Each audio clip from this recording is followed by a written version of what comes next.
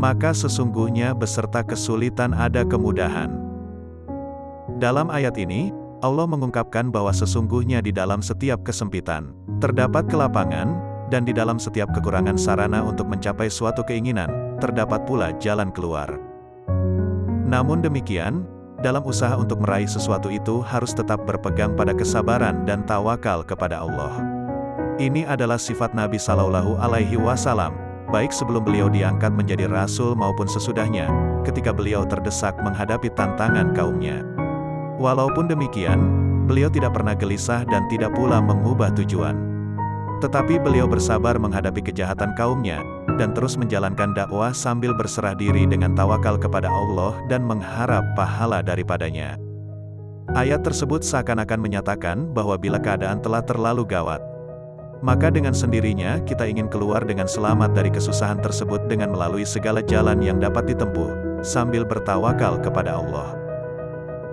Dengan demikian, kemenangan bisa tercapai walau bagaimanapun hebatnya rintangan dan cobaan yang dihadapi. Bila kesulitan itu dihadapi dengan tekad yang sungguh-sungguh dan berusaha dengan sekuat tenaga dan pikiran untuk melepaskan diri darinya, tekun dan sabar serta tidak mengeluh atas kelambatan datangnya kemudahan, pasti kemudahan itu akan tiba.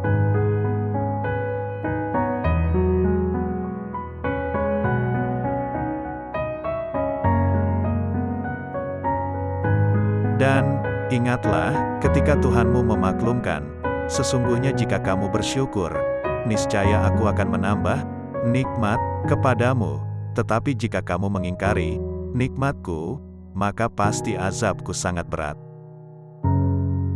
Dalam ayat ini Allah Subhanahu wa Ta'ala kembali mengingatkan hambanya untuk senantiasa bersyukur atas segala nikmat yang telah dilimpahkannya. Bila mereka melaksanakannya, maka nikmat itu akan ditambah lagi olehnya.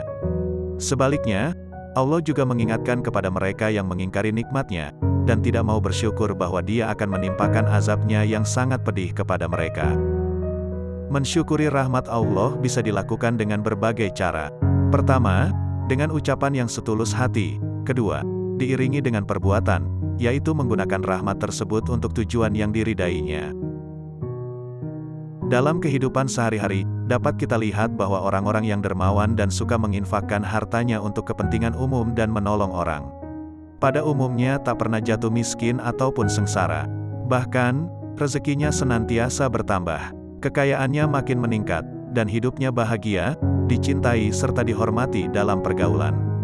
Sebaliknya, orang-orang kaya yang kikir, atau suka menggunakan kekayaannya untuk hal-hal yang tidak diridai Allah, seperti judi atau memungut riba, maka kekayaannya tidak bertambah, bahkan lekas menyusut.